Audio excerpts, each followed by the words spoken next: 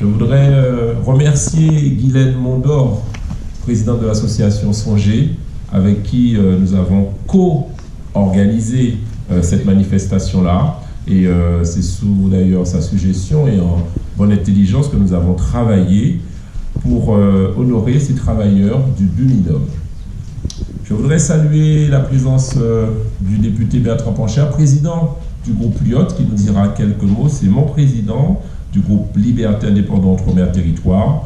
Quelle fierté pour moi d'avoir pu créer au bout de 250 ans d'Assemblée nationale. Tout particulièrement saluer mon ami Firmin Richard, qui nous fait l'amitié, la délicatesse et le plaisir d'être l'invité d'honneur de cette manifestation-là. Elle est toute désignée pour pouvoir nous éclairer, elle aussi, de son expérience, de son savoir concernant cette période de l'histoire qui nous a toutes et tous marqués. Nous étions en réunion avec Olivier, mon ami Olivier à l'hôtel Matignon, tout à l'heure sur la question de la loi sur l'immigration, et puis la réunion a tellement duré que je me suis dit, tant qu'à faire, autant vaut que je prenne le dernier train, et donc je serai obligé de partir dans exactement 20 minutes, et j'espère voir au moins le début du film, sinon je vous promets que je le regarderai. Je suis très ému en vous voyant tous et toutes aujourd'hui, nombreuses. Et je voulais vraiment vous dire combien il est important que la communauté ultramarine et antillaise qui vit dans l'Hexagone et notamment dans la région parisienne se retrouve de façon à nous permettre évidemment de nous voir, d'échanger ensemble. Vraiment conscience que vous êtes ici aussi chez vous à l'Assemblée nationale. Je suis ému parce que je ne connaissais pas du tout l'histoire du Bumidum. Et c'est un peu fou d'ailleurs, parlementaire, le 4e mandat de parlementaire. Ma réaction quand Olivier m'en a parlé, je dis c'était vraiment d'ailleurs incroyable que je ne connaisse pas cette histoire, et incroyable que les Françaises et l'ensemble des Françaises et des Français ne connaissent pas cette histoire. On a d'ailleurs passé notre temps à mettre sous le tapis des histoires qui n'étaient pas très glorieuses, ou en tout cas qui avaient mal sa place dessous ce beau slogan de la République française, liberté, ok, on sait ce que c'est, égalité, on sait un peu moins ce que c'est, mais alors fraternité, on n'en parle jamais.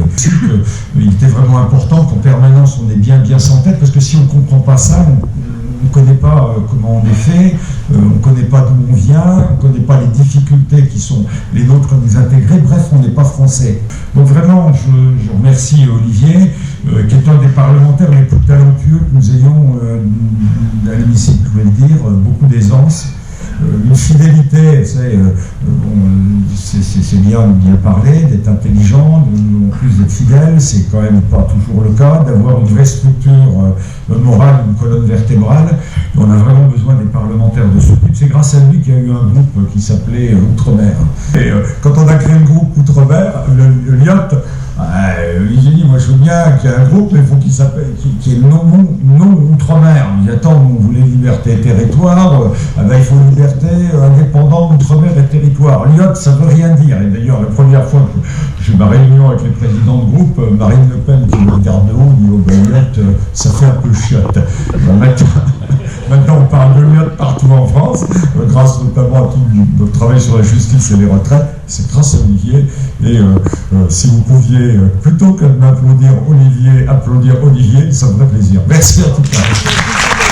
Chers intervenants, mesdames et messieurs, alors les membres de l'association Songer et moi-même sommes honorés d'avoir été associés à l'organisation de ce colloque. Lorsque nous avions organisé en mars dernier à Saint-Denis, dans le cadre de la quinzaine antiraciste et solidaire, une table ronde sur l'immigration des originaires d'outre-mer vers la dite métropole désormais nommée Hexagone, grâce à votre initiative, monsieur le député, nous étions loin de penser que cet événement nous mènerait dans ce haut lieu qu'est l'hémicycle de l'Assemblée nationale. Elle prouve que l'histoire du Bumidum, nommé aussi Bibidum en créole, a enfin toute sa place dans le débat public, pas uniquement sur les territoires concernés, mais aussi au niveau national. Alors, pour en avoir discuté avec les familles impactées par cette odyssée, notamment lors de la diffusion de mon court-métrage Bumidum, Migration réussie, point d'interrogation, ce colloque restera un événement majeur pour elles, pour elle, oui, enfin la reconnaissance de la République, de leur parcours qui a bouleversé leur vie, mais aussi celle de nos territoires. Songer signifie se souvenir en créole. Et donc pourquoi se souvenir, nous disent certains, pourquoi rassasier le passé, pourquoi parler de cette histoire douloureuse? Eh bien, nous leur répondons tout simplement parce que notre présent et notre futur sont conditionnés par ce passé, et une meilleure compréhension donc nous arme pour construire un avenir plus serein.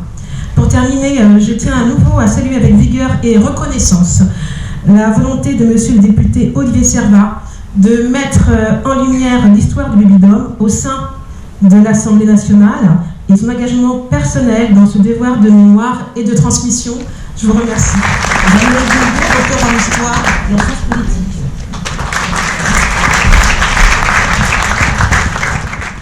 La France a un empire, et la question qui se pose, c'est de savoir que faire de cet empire, sachant que l'heure est à la décolonisation, l'heure est à la liberté des peuples. Et en même temps, à peu près que la loi de départementalisation, il y a une loi qui est votée à l'Assemblée nationale, qui est la Lamine Gueye, qui donne en fait la citoyenneté à toutes les personnes de l'Empire français, même ceux qui auparavant étaient considérés comme des sujets et qui n'étaient pas des citoyens. Et tout l'enjeu va être de savoir qu'est-ce que ça veut dire d'être citoyen. Parce que être citoyen, ça veut dire avoir le droit de vote, mais ça veut dire aussi en 45, en 46, ça veut dire aussi avoir un certain nombre de droits sociaux.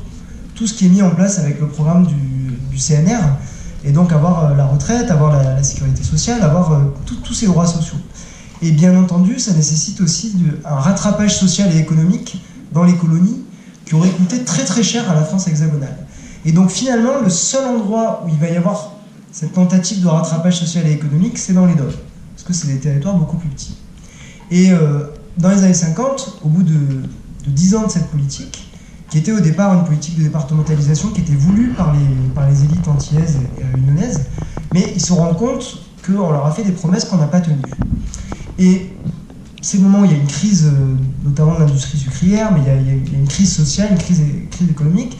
Il y a des émeutes à Fort-de-France en 1959, et c'est le moment où les gaullistes reviennent au pouvoir. Et donc, quand ils reviennent au pouvoir, ils ont une politique d'État fort, avec à la fois une politique sociale et une politique répressive. Il y a un peu les deux côtés, un peu la carotte et le bâton, si vous voulez.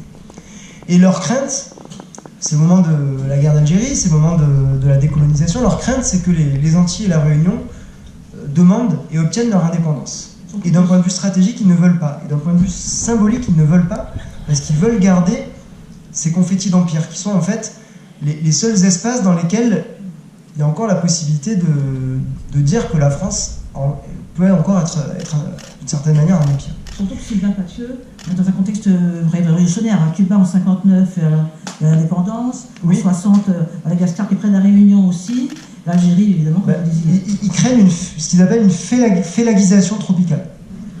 Donc le terme est parlant. Et donc en fait, ils vont réfléchir comment on fait pour résoudre cette crise sociale, économique, cette crise politique qu'il y a dans les Antilles et à la Réunion. Et la réponse, elle est purement technocratique et elle est purement démographique. C'est une politique de dépeuplement. C'est l'idée de dire, il faut régler les problèmes économiques, il faut régler les problèmes sociaux, mais on ne pourra pas le faire tout de suite. La seule chose qu'on peut faire tout de suite, c'est faire migrer les gens. Et faire migrer la jeunesse, parce que c'est la jeunesse qui les inquiétait particulièrement. Et ils n'avaient pas envie de se retrouver comme à Cuba ou de se retrouver comme en Algérie. Donc ils se sont dit, voilà, on va faire migrer la jeunesse. Une migration aussi où il y a un tiers de femmes. Ça c'est important, parce que souvent quand on imagine les migrations, on imagine surtout des hommes qui partent. Là, il y a un tiers de femmes, et puis il y a des gens qui partent dans le cadre d'une migration de travail, et aussi beaucoup de gens qui se retrouvent dans le cadre d'une migration de regroupement familial. Sur la deuxième partie, dans les années 70. Voilà, dans les années 70 notamment. Et Jean-Noël Bulbeau, la mission du Babydome en général, c'était quoi, la mission? Alors, bonsoir à toutes et tous, vous m'entendez? Oui, alors l'émission du Babydome, comme l'a dit Sylvain, c'est vraiment une machine technocratique qui, chaque année, doit faire migrer des gens, doit les déplacer. Et donc, le Babydome va surtout aider à faciliter le voyage, donc va surtout payer les billets soit d'avion, soit de bateau. Elle va également faciliter l'accès à la formation. Elle va créer des centres de formation dans les années 60 notamment par exemple un centre de formation pour femmes, le centre de Crouy-sur-Ourcq, avec plutôt l'idée de les destiner à des métiers ménagers ou de maîtresse de maison. Et par ailleurs, du coup, le BIMIDOM aide parfois à trouver un logement, mais il faut savoir que c'est une institution qui n'a pas non plus des capacités énormes. Elle aide surtout pour la migration, mais elle aide assez peu pour trouver un logement, ce qui fait que notamment les migrants ont été confrontés à un marché du logement difficile, souvent raciste, qui leur a refusé l'accès au logement. Et on trouve notamment dans les archives du BIMIDOM, le BIMIDOM qui se plaint notamment que ces migrants, entre guillemets, ne trouvent pas de logement, n'aient pas accès à du logement. C'est ça qui est intéressant, c'est que dès le début, le BIMIDOM a comme idée qu'ils vont dispatcher les migrants sur l'ensemble de la France. Mais en fait, c'est là qu'on voit que c'est une institution qui n'est pas non plus si puissante que ça, puisque en fait, la plupart des Antillais vont rester en Île-de-France, vont aller là où il y a leur famille, là où ils ont des amis, des contacts et la possibilité d'être bien. Et les Réunionnais vont aller plutôt dans le sud, mais vont finalement pas tout à fait respecter ce que voulait le BIMIDOM à l'origine de répartition sur tout le territoire. Parce que ma mère, effectivement, travaillait en Guadeloupe comme docker. Elle faisait le ménage de la douane et elle faisait le ménage du receveur des douanes. Le receveur des douanes, M. Karim, quand il est parti à la retraite, a proposé à ma mère de venir en France, lui disant qu'il savait qu'elle travaillait dur. Si vous voulez graser de là, je peux vous faire venir en France. Et vous pouvez travailler pour nous éventuellement et puis trouver votre voie. Et ma mère, effectivement, en fait, après, je me suis rendu compte que le gars, il avait fait juste un dossier BIMIDOM, c'était en 65, ma mère est partie en 65, le BIMIDOM a été créé en 63, il a fait un dossier BIMIDOM pour ma mère, donc ma mère avait un travail, avait aussi un lieu où elle pouvait atterrir, donc c'était un dossier BIMIDOM qui était fait, pas comme tout le monde, ceux qui partaient avant, et je me suis rendu compte de cela avec le recul parce que j'ai bénéficié d'un regroupement familial. Puisque ma mère m'a fait venir 6 mois après, je me souviens que j'allais à la rue Crayon rembourser effectivement le voyage. Et c'est comme ça qu'avec le recul, je me suis rendu compte que finalement, ma mère est venue par le BIMIDOM. Pas comme les gens qui venaient parce qu'ils avaient passé ou rempli un dossier eux-mêmes pour partir, mais monsieur le receveur des douanes avait rempli un dossier BIMIDOM pour ma mère. Ma mère avait bénéficié du système. Donc moi j'arrivais, j'avais 17 ans, j'étais entre 17 et 18 ans, donc je venais rejoindre ma mère, pour moi je suis venu rejoindre ma mère, qu'a fait venir le receveur des douanes. Donc, mais quand je vois le témoignage que j'entends, effectivement, j'ai eu l'occasion d'entendre des jeunes disant qu'ils partaient. Moi je suis parti effectivement en bateau. C'est le dernier voyage de ces grands paquebots là, moi je suis venu par le Flandre. C'était très agréable. Il y avait beaucoup de jeunes, justement, qui venaient, puisque le bateau venait de la Martinique, passait par la Guadeloupe, et on arrivait au Havre. Il y avait beaucoup de jeunes qui venaient travailler ici. Il y avait beaucoup de jeunes martiniquais qui venaient travailler au PTT, qui avaient passé un concours et qui disaient qu'ils allaient travailler au PTT. Et en fait, ce qui s'est passé dans les années 60, tous ceux qui venaient des Antilles, étant de nationalité française, on les retrouvait au PTT, à la RATP, à l'assistance publique. Mais de l'autre côté, du côté d'Afrique du Nord, il y avait aussi ces gens, parce qu'il y avait ce problème économique qui était là, et tous ces gens d'Afrique du Nord venaient, on les trouvait dans les usines Peugeot et l'Afrique du Nord ou l'Afrique noire, c'était effectivement, on les trouvait, il y avait beaucoup d'éboueurs qui étaient effectivement, qui venaient de ces côtés-là. Donc, le côté économique est très important. Et ce qui est important, ce que vous disiez, c'est que, effectivement, c'était l'époque des indépendances. Et c'est pourquoi, en mai 67, nous avons été réprimés aussi fortement. Parce que dans les îles à côté, il y avait l'indépendance de la Barbade. J'ai vu un film en 66, la Barbade est devenue indépendante et est sortie du joug des Britanniques. Et je crois que la France avait très peur aussi de cela. Donc c'est pourquoi en mai 67, ça m'a permis, quand j'ai vu ce film, de comprendre pourquoi cette répression que nous avons subie en 67. Il y avait le côté économique, mais il y avait aussi ces indépendances qui se jouaient. Et c'est pour cela qu'on a fait partie de toute cette jeunesse qui était chez nous. Effectivement, il y avait un problème économique parce qu'il n'y avait pas de boulot. Il y avait toute une jeunesse qu'on retrouvait effectivement à travailler. Alors nos parents ne voulaient pas qu'on aille dans le champ de canne auraient souhaité qu'on fasse des études et qu'on aille ailleurs. Il y en avait beaucoup dont les parents pouvaient les faire partir en France, mais avec toute cette jeunesse, effectivement, prolétaire, si vous voulez, qui n'avait pas de boulot. Donc on a décidé de les faire partir et voilà un peu dans les années 65 pourquoi nous nous sommes trouvés très nombreux ici. Et aussi une chose qui est importante, le tabou. Parce que les gens avaient honte de parler de ça. Et c'est pour ça que je suis très contente qu'il y ait ces rencontres qui se font maintenant. Parce qu'il y a toute une génération qui ne savent pas comment leurs grands-parents sont venus ici. Parce que ma mère est venue ici, elle devait avoir 40 ans. Oui, dans ces eaux-là. Et bon, moi j'avais 17-18 ans.